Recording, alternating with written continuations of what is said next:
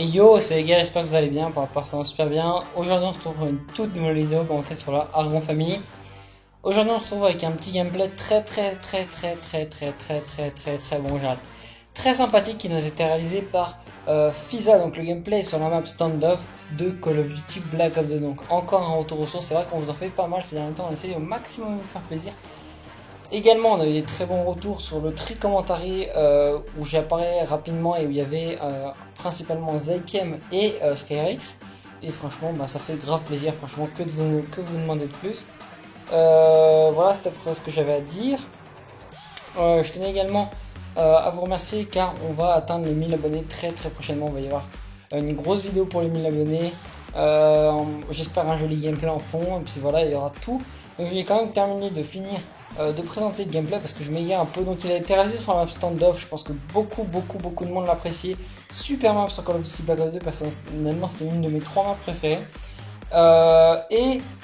C'est une double nucléaire au TAC 45, donc pour ceux qui se rappellent, moi je dirais que c'est un peu le MR6 de Black Ops 3. Et franchement c'était une dinguerie, vraiment une tuerie. Et il a réalisé une double nucléaire sur cette map et c'est le player Fiza, Argon Fiza, donc un maximum de G pour lui dans les commentaires et un maximum de like pour lui. Donc voilà, c'était à peu près tout ce que j'avais à vous dire. Au niveau également du sujet que je vous ai prévu pour aujourd'hui, parce que vu que je suis quand même avec vous pour plus de 7 minutes, je vous ai préparé un bon petit sujet. C'est un sujet qui va peut-être en choquer entre guillemets certains, mais vraiment je tiens à dire mon point de vue, mon avis, et j'espère que vous serez d'accord avec moi, que vous remarquerez un peu la même chose que moi, parce que c'est vrai que bah ça me titille un peu, c'est vrai que j'ai l'impression que c'est un peu la vérité, mais que personne n'ose vraiment en parler, ou plutôt personne n'en parle parce qu'ils n'ont pas forcément remarqué. Donc voilà, trêve de barbadage, je vais tout de suite commencer avec le sujet. Donc pour ce qui est du sujet, je tenais aujourd'hui à vous parler d'un petit débat. Vous savez que j'aime bien faire beaucoup de débats. Et je voulais savoir, est-ce que vous aussi vous pensez, ou plutôt vous ne pensez pas, donnez vraiment votre avis dans les commentaires, discutez dans les commentaires. Toujours très poliment s'il vous plaît. Non mais vraiment plus sérieusement, donnez votre avis dans les commentaires. Pensez-vous que les vidéos YouTube des chaînes de Call of Duty, donc là je vais rester sur l'exemple basé de Call of Duty parce que c'est le jeu auquel je joue le plus, mais peut-être que ça se passe également dans les autres communautés des autres jeux vidéo. Pensez-vous que les vidéos YouTube pourrissent la communauté? Donc je donnerai des exemples, etc. Donc qu'est-ce que j'entends par pourrissent la communauté? Parce que je pense que beaucoup de gens n'ont pas compris ce que je voulais dire. Tout simplement, vous savez très bien que le but des youtubeurs Call of Duty, bah voilà, c'est d'amuser leur communauté, de leur faire des vidéos qui plaisent. Mais très souvent, on retrouve des vidéos annonces et explicatives, style la meilleure classe, voilà, comment réaliser une nucléaire sur telle map.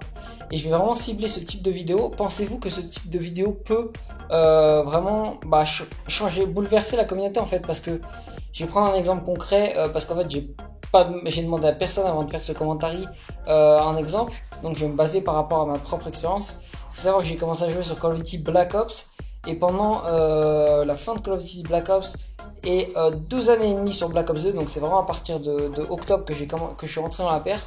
Et bien pendant 2 années et demie je ne connaissais pas le groupe, c'est-à-dire que je ne savais pas qu'on pouvait jouer en groupe. Voilà, j'étais vraiment un noob.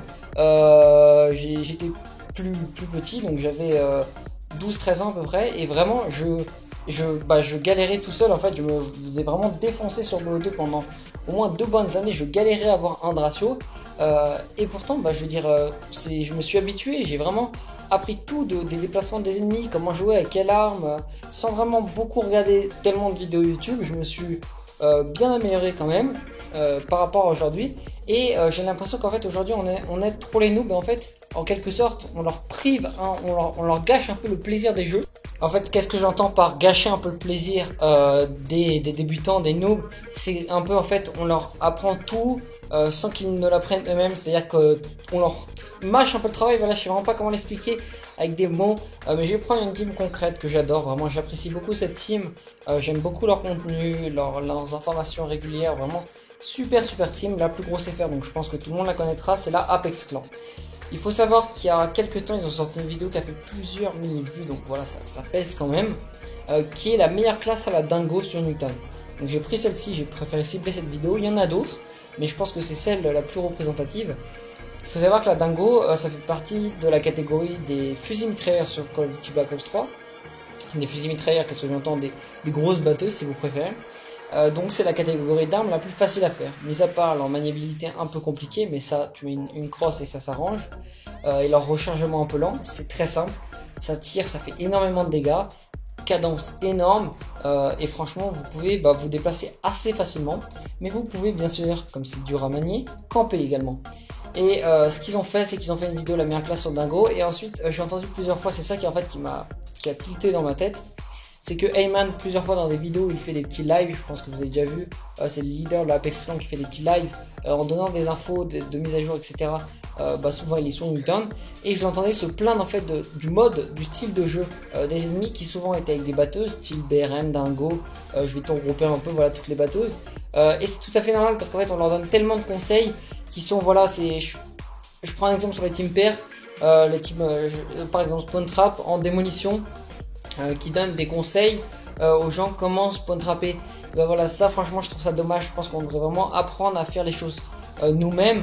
Quand je dis on, c'est les débutants, parce que si tout le monde nous dit quoi faire, déjà on va être entraîné, donc on va faire comme tout le monde, et franchement après au final tout le monde joue de la même façon, et franchement vous avez dû voir que depuis 2 mois la communauté sur BO3 se dégrade énormément, et franchement j'espère que ça ne sera pas comme ça sur Infinite Warfare, parce que sinon franchement j'achèterai pas le jeu, je pense.